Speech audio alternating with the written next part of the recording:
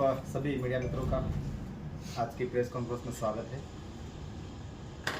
आज की press conference का जो विशेष बिंदु को लेकर जो चर्चा करनी थी उसमें ऐसा था कि पिछली प्रेस कॉन्फ्रेंस में हमने जिसे कहा था कि दादरा नगर हवेली में जो जनरल डेवलपमेंट रूल्स 2023 जो कानून बना है उसको लेकर हमने मीडिया के सामने बात रखी थी और उस कानून के तहत पूरे दादरा नगर हवेली के करीब 80-90% लोगों के घर, दुकान, रूम या जो चौल बने हैं जो बिना परमिशन से जो अपनी पुश्तैनी ज़मीन पर बने हैं, वो तमाम घर, दुकान, रूम इस कानून के तहत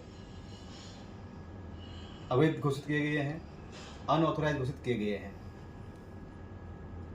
और उस दिन हमने बात रखी थी कि भाई कई मुझे ऐसा मैसेज मिला कि भाई सिर्फ कानून ऐसा बना है, किसी भी परिवार को अब तक ऐसे हमने कोई नोटिस नहीं निकाली है, ऐसा कुछ प्रशासनिक अधिकारियों से भी फीडबैक मिल रहा था और कुछ भाजपा से जुड़े नेता भी कह रहे थे। और प्रभु टोकिया अफवाह फैला रहा है और लोगों को गुमराह कर रहा है, ऐसा वर्तमान में चुने हुए जनप्रतिनिधियों का जनता के बीच में मुझे फीडबैक मिल रहे हैं। और इवन पंचायत विस्तार से मुझे इस तरह से बात मिली कि नहीं प्रभु टोकिया जो बोल रहा है वो झूठ है, ऐसा कुछ है नहीं ऐसा।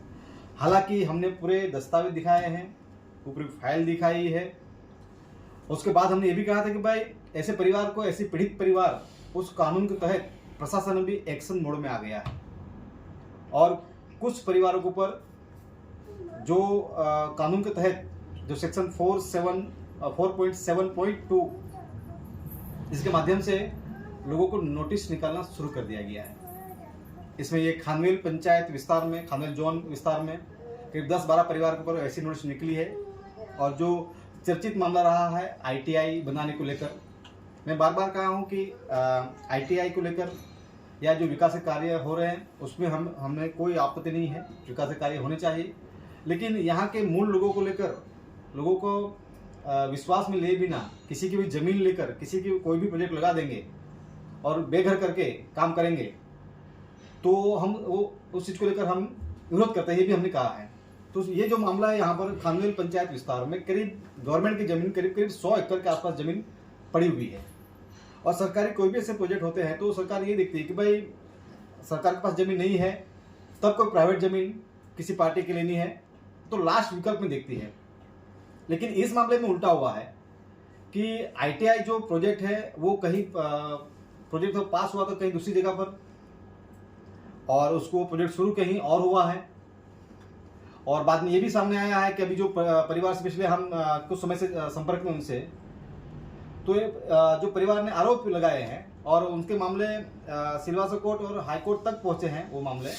और प्रशासन को भी उसको लेकर प्रशासन के ऊपर भी हाई कोर्ट ने उनको सूचना भी दी हुई है। तो उसी मामलों को लेकर आज मीडिया के माध्यम से जो लोगों में जो अफवाह चल रही है, कि चर्चा चल रही है कि भाई प्रभु टोकिया जो बोल रहा है वो झूठ बोल रहा है, ऐसा कुछ है नहीं है। तो आज आपके सामने हम ऐसे पीड़ित परिवार को आपके सामने लाए हैं। आप रूबरू उनसे पूछेंगे कि भाई उनके साथ क्या हुई है। वैसे ही एक जो परिवार के साथ हुआ है यहाँ पर बायजूबेन विधवा बाई है, उनसे मैं आपसे परिचित कराऊंगा। बाय आऊँ तो मैं आगे आऊँ। बहन है, विधवा बाई है, ये अपने भाषा में ही बात करेगी, उसके बाद में इसको ऊपर आपको ये होगा। माझा बिन नोटीसचा घर तोडला, आला ना उभं राहिला ना, तोडफोड आखा करून टाकला, नाही मला कपडं काढायला नाही काय, आखा तोडला। आणि मामलेदार सांगायचं तू तर भिक्षे मागत हिंडशील असा, रोडवर तू कटोरी घेऊन भिक्षे मागशील। तर मी बोललो त्याला हो मी मागीन चालेल असा। मग त्याने अजून मला नोकरीवर जात तू नोकरीवरून काढून टाकला, 5 महिना झाला।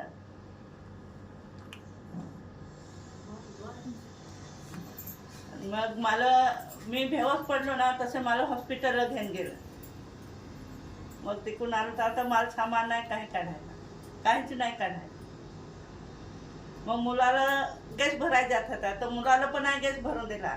त्याच्यासमोर मामलतदारने बसवून ठेवला असा, काय गॅस भरायचा नाही। तळहाटी पण सांगायच्या काय तुला गॅस भरायचाच नाही असा। मग आम्ही आज करून खाऊ कसं रसा। एक रूम दिलेली होती सरकारी, ती पण तोडफोड त्यांनी केली। आणि पोलीस स्टेशन घेऊन गेलो. मला माझे उचलं माझे पोसायला तर आम्हाला 5 वागे सोडला. पोसायला आहे तर दुसऱ्या दिवस 5 वागे 5:30 वागे सोडला. थोडेक वर्षापासून तर तुम्ही राहत होते आम्ही तर बहु वर्षाहून झाले. थोडेक पिढीपासून अंदाज कोणीकडे झाले 20-15 वर्षा. माझी 3 घरं तोडली ना, तठून असा तर एक घर आता तोडला ना की झाले 30 वर्ष आम्हाला. जमीन में मुआवजा मिळो तुमने? काहीच नाही दिलं आम्हाला आजपर्यंत. मला काही नाही दिलं. आम्ही ज्याचं ऑफिसवर तठं सांगत काय तुला मिळा ह्याचा, पण आम्हाला काहीच नाही मिळालं. आम्ही आता माटेत राहतो ह्याचा. अजून तरी माटेत दोन्ही चार बाजूला माझा ना खड्डा खणून टाकला आणि मी तठं माटेत पडून राहिला अजून. तो थोड़ा सा मैं ब्रीफ दे दूं. ये बायजू बहन है. इनका ऐसा कहना है कि जो ITI बन रही है उसके बाजू में उनकी ज़मीन थी, उनको नोटिस नहीं दिया गया. एक्वायर की कोई जो प्रक्रिया होती है वो नहीं की गई. अभी तक इनको जो मुआवजा देना होता है 2013 के एक्ट के तहत वो अभी तक नहीं दिया गया है. ये मामला हाईकोर्ट की संज्ञान में है. हाईकोर्ट ने दादनगढ़ प्रशासन को ऊपर सख्त सूचना दी है कि ज़मीन लेनी है तो जो एक्वायर की प्रक्रिया प्रोसेस होती है उसके माध्यम से ही लो. और उसके ऊपर हाईकोर्ट ने जिन अधिकारियों ने ऐसा कुछ किया है उनको और इंक्वायरी भी करने के लिए बोला है. साथ में घर तो तोड़ दिया है, मुआवजा तो नहीं दिया है. इनको रहने के लिए घर दिया था वो भी तोड़ दिया है. आज ये लोग मंडप बनाकर रह रहे हैं खेत में. साथ में ये भी है जहाँ ये स्कूल में नौकरी करती थी वहाँ से भी उसको निकाल दिया गया है. अभी इनके पास नहीं पैसा है, नहीं घर है, विधवा बाई है. तो इस तरह से जो प्रशासन कर रहा है और पंचायत वगैरह इसमें इनको इस परिवार को कोई कहीं से कोई सपोर्ट और सहयोग नहीं मिल रहा है. ये पीड़ित परिवार बहुत ही दुखी है और बहुत ही आहत है कि हम जाए तो कहाँ जाए. नहीं कानूनी सहायक के लिए नहीं इनका पैसा है, नहीं घर है, नहीं कोई सहयोग है. विधवा है, जो नौकरी थी वो नौकरी भी छीन ली गई है. तो ये एक मामला ये सामने आया है. दूसरा परिवार है, इनका ही दूसरा परिवार है जो दूसरे भी जमीन लेने के लिए जो कोशिश की जा रही है. वैसा एक बासरा परिवार है, वो भी उनको भी आप सुन लीजिए एक बार. तुमचं नाव सांगा. नाही સર સૌથી પહેલાં તો તમારો આભાર વ્યક્ત કરું છું. મારું નામ રામજી ભસરા રહેવાન ખામેલ છે. અને સર હવે જાન્યુઆરી 2024થી અમારે ત્યાં ITI કોલેજ બનાવવા માટે અમને પ્રતાડિત કરવામાં આવે છે. અમારા ઘરથી અડધા કિલોમીટર ત્યાં હાલમાં ITI કોલેજ ચાલુ છે. ત્યાં જ પ્રોજેક્ટ લોકો બનાવતા જમીન એના માટે ફાળવેલી બી છે 10 એકર. તેમ છતાં અમારે ત્યાં આવીને જબરજસ્તી લોકો કરે અને ધાક ધમકી આપે, ઓફિસ પર બોલાવીને ધમકી આપે. અમને બોલવા જ નહીં દેતા. ખૂબ હેરાન કરે છે. મામલતદાર તો અહીં સુધી બોલે કે તમારે જ્યાં જવાનું હોય તો જવાનું, કે મરવાને તો મરો એમ કે મારે નહીં જોવાનું. તો સર તમે જગ્યા લઈ અમે ક્યાં જવાના? કેમ કે સરકાર પાસે જગ્યા નહીં મળે એટલે તો અમારી લે એમ કે. અને સરકાર પાસે જગ્યા અવેલેબલ છે તેમ છતાં હેરાન પરેશાન કરે છે. અમને બોલવાનો ચાન્સ આપે, બોલો તમારે શું કહો. તો સર અમારી પાસે જગ્યા આટલી છે એટલે જગ્યા નથી આપવાના. તારાથી બોલાવી ઉપર કંઈ બોલવાનું છે હજી? સર આટલું જવાબ જગ્યા નથી આપવાનું તો નથી આપવાના. હવે જગ્યા નહીં મળે. હવે હું બોલા, તમે બોલતા નહીં. અને પછી વચ્ચે અમે બોલ્યા, તને કીધું ને બોલવાનું નહીં. એટલે અમને સંવિધાનમાં એ બાબા સાહેબે લખેલું છે કે બોલવાનો અધિકાર નથી એવું લખેલું છે. જીવન જીવવાનો અધિકાર નથી એવું લખેલું છે. શું ઘર વસવાનો અધિકાર નથી અમને? ઘર તોડી નાખવાની ધમકી આપે છે. નોટિસ ચોંટાડી ગયા. સવારે 2 જણા આવે, બપોર પછી 10-15 જણા આવે પોલીસ સાથે આખો કાપલો. રોજ હમણાં તો ફેબ્રુઆરીથી હેરાન કરી નાખ્યા છે અમને. ચેનથી ઊંઘી નથી આવતી, ખાવાનું નથી ભાવતું એવું કરી નાખ્યું છે અમને. એટલું તંત્ર બેકાર છે. कितने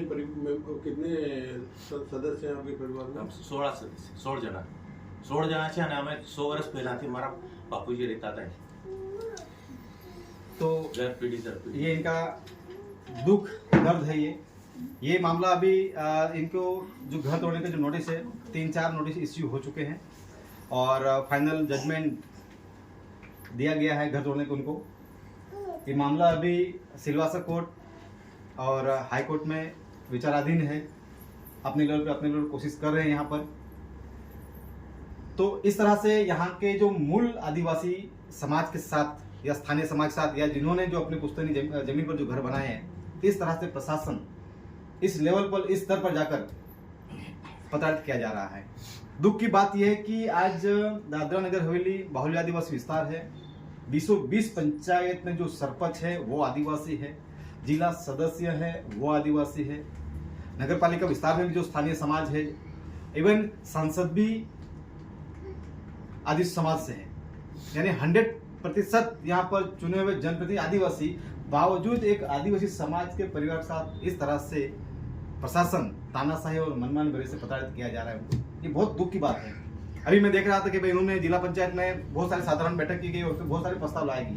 तो आपके माध्यम से हम ये भी जानना चाहते हैं कि भैया ये जो 2023 जो जनरल डेवलपमेंट रूल्स 2023 में लाया गया है, इस काले कानून के खिलाफ इसका प्रस्ताव लाया गया है कि नहीं?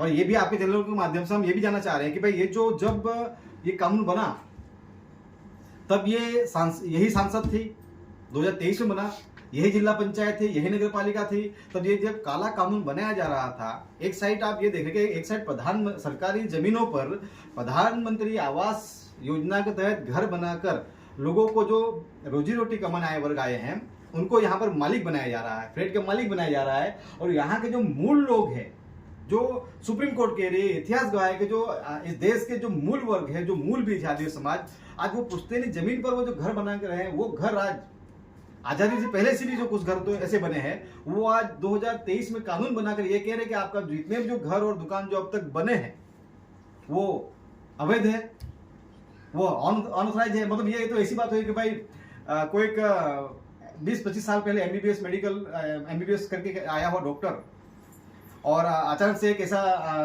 हमारी सरकार कानून लेके आते कि भाई जो 2080 में जो एमबीबीएस डॉक्टर बना है वो डॉक्टर सभी अभी उनकी जो डिग्रियां हैं वो अवैध है, वो अनऑथराइज है, तो क्या वो डॉक्टर नहीं रहेगा? तो ये जो कानून बना है, ये जो इनके हमारे चुने हुए जनप्रतिनिधियों की सहमति से बनाया गया है। कानून तो बना है और वो कानून उसका अभी अमल करना शुरू कर दिया है और अधिकारी ये कह रहे हैं कि भाई ये तो शुरुआत हो चुकी है। आने वाले समय में 20 पंचायत और नगर पालिका विस्तार में तमाम लोगों को घर हम इस तरह से ऐसी नोटिस बजाकर हम हर किसी घर तोड़ेंगे। जब इस परिवार ने ये भी कहा कि भाई सिर्फ हमारा है क्यों, हमें मुझे अभी ये भी जानकारी मिली कि भाई करीब 9-10 लोगों को ऐसी नोटिस दी गई है, तो उनको ऊपर इस तरह से नोटिस चिपकाई नहीं गई है, तो फिर यही परिवार क्यों? ये बड़ा सवाल आ रहा है जो लेकर कि भाई जो 9-10 लोग जो बने उनको ऐसा कहा जाए कि भाई आप लोग जो डिमोलिशन कुछ हुआ है उसको दोबारा बनाओ, उसको घर बनाने दिया जा रहा है वहां पर, और इस परिवार को घर तोड़ने के लिए नोटिस की जा रही है। तो कानून दो व्यवस्था है यहाँ पर। एक के लिए आपको घर तोड़ने के लिए पूरे ताम झाम से सिस्टम लगी हुई है और एक साइड कह रहे हैं कि भाई आप बनाओ, तो ये कैसा न्याय? आपके चैनल के माध्यम से आज इनकी आवाज बनने के लिए मुझे यही इसलिए मैं ये बात कर रहा हूँ आज कि ये परिवार बहुत दुख में है। कई लोगों में कह रहे हैं हम लोग अब जाए तो कहाँ जाए, नहीं पैसा है हमारे पास, हम पिछले 1 साल से हम परेशान हो चुके हैं। ये भी बायजू में जिसे हम देखा वो विधवा बाई है, कहाँ जाए, किस पे जाएंगे? और कोई यहाँ पर कोई समर्थन सपोर्ट देने की बात तो दूर रही, यहाँ उनको कोई सुन लेने वाला तक नहीं है। तो आज आपके माध्यम से ये दादरा नगर की जनता से मैं कहना चाहूंगा कि ये आज इनकी बारी है, कल आने वाले समय में सबकी बारी होगी। इसलिए जो चुने हुए जनप्रतिनिधि है वो तो अधिकारियों के तलवे चाट रहे हैं, वो या जहां भी वो पार्टी पक्ष से गुलाम बनकर बैठ गए हैं और जहां जनता के हक अधिकार आवाज करनी चाहिए वो नहीं कर रहे हैं। तो जनता को भी अभी ये होना चाहिए, समझ में आना चाहिए कि भाई आपका नौकरी गई, आपका व्यवसाय गया, सैकड़ों लोगों की अब तक नौकरियां सीख चुकी है, पगार सैलरी नहीं मिल रही है लोगों को, सब परिस्थितियां क्या है, ट्रैफिक से लेकर रोड खराब है, प्रदूषण है, सब समस्या है ही है। लेकिन अभी जो एक घर जो आशियाना है हमारा जो बना है, जो कई लोगों का सपना होता है घर बनाने का, वो घर भी आज तोड़ने की बात की जा रही है और मतलब यहाँ के जो मूल लोगों का अस्तित्व खत्म करने के कगार पर है। इसलिए आपके माध्यम से दादरा नगर हवेली प्रशासन से भी अनुरोध और निवेदन, मुझे ऐसा लग रहा है कि इस मामले में कुछ ऐसी चीजें हैं जो प्रशासक महोदय के जान के बाहर भी कुछ चीजें ऐसी हो रही है, मुझे ऐसा लग रहा है इस मामलों को लेकर। इसलिए हम ये भी कोशिश कर रहे हैं कि यहाँ जो घटना बनी है, क्योंकि ये लोग प्रशासक महोदय से मिले हैं, तो प्रशासक महोदय उनको पॉजिटिवली कहा है कि ऐसी कोई कार्रवाई नहीं होगी, प्राइवेट जमीन हम नहीं ले रहे हैं। फिर ये अधिकारी ऐसा क्या कर रहे हैं? और वो ऐसा कह रहे हैं कि अगर प्रायोरिटी में लेंगे तो हम मुआवजा देंगे, ऑफिशियली ये सब करेंगे। लेकिन वहां कुछ अलग बात होती है, जब प्रदेश में यहाँ पर दादागिरी में जब अधिकारियों के सामने ये लोग मिलते हैं तो वहां कुछ अलग बात होती है। तो जल्द ही हम ये आपके माध्यम से एक तो प्रशासन ये काला कानून है उसको रद्द करने के लिए हम एक मूवमेंट शुरू कर रहे हैं। यहाँ पर जनता के बीच जाएंगे हम लोग। आने वाले अगले हफ्ते में हम 50-100 लोगों का हमारे एक जो मेन कार्यकर्ता है हमारे, वो सभी मिलकर एक माननीय प्रशासक महोदय के नाम से एक हम ज्ञापन देंगे, तो उसको जानकारी देंगे इस चीज़ को लेकर। और दादागिरी में विशेष में आदिवासी समाज को लेकर संरक्षण की जो जिम्मेदारी होती है एज ए संवैधानिक, तो माननीय प्रशासक महोदय की होती है, तो हम उनको वहाँ गुहार लगाएंगे। साथ ही आने वाले समय में ये काले कानून को रद्द करने को लेकर हम 20 पंचायत और नगर पालिका में डोर टू डोर अभियान शुरू कर रहे हैं। यहाँ पर लोगों का साइन लेकर इसका विरोध करेंगे और आने वाले समय में जल्द ही हम बड़ा जन आंदोलन इस काले कानून को रद्द करने के लिए करेंगे। क्या पीड़ित परिवार दादरा नगर हवेली प्रशासन के किसी वरिष्ठ अधिकारी, कलेक्टर या किसी अधिकारी के यहाँ गया, अपनी बात गुहार लगाई अपना? अब तक जो मेरे पास दस्तावेज आए हैं, तमाम प्रकार के जो प्रक्रिया प्रोसेस हुए हैं वो हाईकोर्ट भी के संज्ञान में सारी चीजें हैं और हाईकोर्ट ने भी इस चीज को लेकर दखल ली हुई है। हाईकोर्ट में शायद एक 22 तारीख को और एक श्रीनिवास कोर्ट में मामला अभी पेंडिंग पड़ा है, अभी शायद ये 2-3 दिनों में उसका सामने आए। तो अब सभी अधिकारी इस मामले को लेकर अवगत है, ध्यान में है। और कई ऐसी जो जमीन लेने की जो प्रक्रिया होती है, जो व्यापार की प्रक्रिया होती है, उसमें उनसे चूक भी हुई है। एसआई रिपोर्ट बनाया, वो एसआई रिपोर्ट भी गलत बनाया है। तो बहुत सारी चीजें सामने त्रुटियां जो होती है वो सामने आई हुई है और उसको हाईकोर्ट के संज्ञान में चीजें आई हुई है। तो क्या कांग्रेस पार्टी ये कहना चाहती है कि दाना प्रशासन मनमानी कर रहा है आदिवासी समाज के साथ, साथ में जो यहाँ चुने प्रतिनिधि भी उनके साथ जो है दे रहे हैं प्रशासन का? बिल्कुल, Dadra Nagar Haveli as a Congress leader, as a समाज के एक जागरूक युवा के तौर पर मैं आरोप नहीं लगा रहा हूँ, तथ्य के साथ कह रहा हूँ कि ये जो काला कानून बना है वो बीजेपी सांसद, जिला पंचायत, नगर पालिका के चुने हुए तमाम जनप्रतिनिधि और भाजपा के नेताओं ने मिलकर, अधिकारियों के साथ मिलकर एक काला कानून बनाया है। और प्रदेश के जो मूल लोग हैं, जो वर्षों से यहाँ स्थायी लोग हैं, उनका अस्तित्व खत्म करने के लिए इस तरह से काला कानून बनाया गया है। इससे नुकसान जो आप कह रहे हैं, ये खानवेल सिर्फ आईटीआई की बात है या पूरे प्रदेश में कोई चाल है या कोई दुकान है या किसी का घर है, किसको नुकसान, किसको ये मतलब रूल क्या बोलता है, क्या है ऐसा? ये जो रूल बताएगा कि भाई अब तक जितने भी जो घर और दुकान बने हैं प्रशासन की, टाउन प्लानिंग की सहमति के बिना, अथॉरिटी के बिना, जो इतने भी जो घर और दुकान और रूम चौल बने हैं वो तमाम अनऑथराइज है। यानी 80-90% लोग इस काले कानून से प्रभावित होंगे। किसी प्रशासन किसी का भी कभी भी किसी के ऊपर भी नोटिस निकालकर किसी का भी घर तोड़ सकता है, रूम तोड़ सकता है, चौल है जो भी उसका वो तोड़ सकता है। उसको दस्तावेज मांगा जाएगा कि भाई आपने ये जो घर बनाया है आपके जमीन पर, तो उसकी परमिशन ली है क्या? तो हम आपके माध्यम से ये भी कह रहे हैं कि भाई बहुत से दादानगर हवेली में अगर खानवेल की बात करते हैं तो जो खानवेल पुलिस स्टेशन जो बना है क्या वो ऑथराइज है? जिस खानवेल में जिस जो मामलदार है, आरडीसी या कलेक्टर जो जहाँ बैठते हैं वहां पर, क्या वो जो कार्यालय है क्या वो ऑथराइज है? तो फिर हमें वो भी देखना पड़ेगा कि दादानगर कितने जो गवर्नमेंट में जो अभी जो 20 पंचायत में जो अभी ग्राम पंचायत बने, क्या वो ऑथराइज है? क्या वो गाइडलाइन के तहत वो परमिशन से सारी चीजें की गई है? तो ये जो अगर जो बात की जा रही है, लेकिन हम ये कह रहे हैं कि भाई ठीक है, अगर 2023 में कानून बना, लेकिन किसके सहमति से? कभी नोटिफिकेशन जारी हुआ इसका, कभी उसके ऑब्जेक्शन सजेशन लिए गए? कोई प्रोसेस ही नहीं। नहीं, आप बताइए प्रभु जी की 2023 डेवलपमेंट रूल का जो आप कानून नोटिफिकेशन जारी हुआ उसकी कॉपी आपके पास है? कुछ बिल्कुल सब कुछ है, सब कुछ हाईकोर्ट के संज्ञान में, हाईकोर्ट पे सारी चीज दी है हमने। बहुत बढ़िया, दिखाइए थोड़ा। बिल्कुल दिखा देंगे आपको ये। ये अब तक नोटिस बजाएगी, ये सब नोटिस ये एसआई रिपोर्ट है जो गलत रिपोर्ट बनाया है। नहीं, रिपोर्ट नहीं, आप हाँ, वो दिखा रहा आपको। 2023 रूल डेवलपमेंट जिसको ये नकार रहा है प्रशासन का, ऐसा कुछ नहीं आया, जनप्रतिनिधि नकार रहे हैं, तो उसका थोड़ा क्लियरेशन होना चाहिए। रुक जाओ, कैमरा बंद कर दो, निकाल दो। ऐसी भी जानकारी मिली है कि जो जहां पर आईटीआई की बात जो स्टार्टिंग में कितने साल पहले वहां पर ही हुई थी इनोग्रेशन का? 12 में शायद हुई थी, मतलब 2012 में शुरुआत में वहां पर उसका उद्घाटन हो चुका है, भूमि पूजन हो चुका है। अभी वहां पर क्या है? आरकेसी का प्लांट लगा हुआ है। अच्छा, उस जमीन पर अभी आरकेसी उसका वहां पर सारा तामझाम जो भी है वहां पर पड़ा है उस जमीन के ऊपर। शायद हो सकता है शायद उसके ऊपर वो भाड़े से जमीन दी हो और उसका कुछ ये लोग अधिकारी या वहाँ के जो पंचायत वाले हैं वो मिलकर कोई भाड़ा भी खा रहे होंगे, ऐसा भी हो सकता है। और उसको वो भाड़े के चक्कर में वो दूसरी जमीन के ऊपर उनको शिफ्ट प्रोजेक्ट ही शिफ्ट कर दिया, ऐसा भी हो सकता है। कुछ भी हो सकता है जो लेकर ये। तो जब ऑलरेडी वहाँ पर ये सारी चीज, हम तो ये भी पंचायत वाले कहा है, पंचायत के जिला पंचायत सदस्य और सरपंच का स्टेटमेंट है कि ये प्रोजेक्ट को लेकर, यहाँ जमीन को लेकर ऐसा कोई भी प्रस्ताव हमसे ले आया नहीं गया है, हमारी जानकारी के बाहर है। तो हम तो ये भी आपके माध्यम से कह रहे हैं कि भाई अगर खानवेल पंचायत है तो खानवेल पंचायत में पहले पंचायत वालों को आप नोटिस भेजो कि आपके पंचायत में कितने अनऑथराइज घर बने हैं या कितने ऑथराइज घर है, क्योंकि अथॉरिटी तो पंचायत है, वो टैक्स तो वो वसूलती है। तो हमें ये भी जानकारी मिली है कि भाई अब तक जितने भी जो घर दुकान जो भी जो बनाया है, अधिकारी ये कह रहे हैं भाई किसने बनाने को बोला। अधिकारी ये कह रहे हैं पीड़ित परिवारों को, भाई घर जो बने हैं दुकान किसको बना के टैक्स भरते हो, इसका मतलब ये नहीं है कि आपका वो घर रेगुलर हो गया। ऐसा इस लेवल पे, इस स्तर पे बात की जा रही है। तो ये जो यहाँ पर अभी जिम्मेदार बनती है यहाँ के जो हम बार बार कह रहे कि यहाँ में चुने हुए जनप्रतिनिधि ये जो इस तरह से खुद की संपत्ति, खुद का घर, खुद का दुकान और खुद का अस्तित्व बचाने के चक्कर में यहाँ पर पूरी जनता का सत्यानाश कर रही है लोग। मतलब ऐसा ही हो गया कि 60-70 लोग जो है जनप्रतिनिधि, उस 60-70 जनप्रतिनिधियों के घर दुकान और उनकी जो अवैध संपत्ति है उसको बचाने के चक्कर में वो सब सरेंडर हो चुके हैं और उनका पूरा खामियाजा प्रदेश की आम जनता भुगत रही है।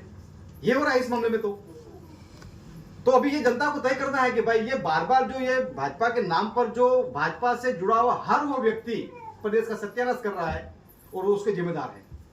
आज जो भी प्रदेश में हो रहा है, चाहे वो सही हो रहा है चाहे वो गलत हो रहा है, वो दोनों की जिम्मेदार हमारे प्रदेश के तमाम ये सांसद से लेकर जिला पंचायत से लेकर ग्राम पंचायत सरपंच से लेकर नगर परिषद के तमाम लोग जिम्मेदार है।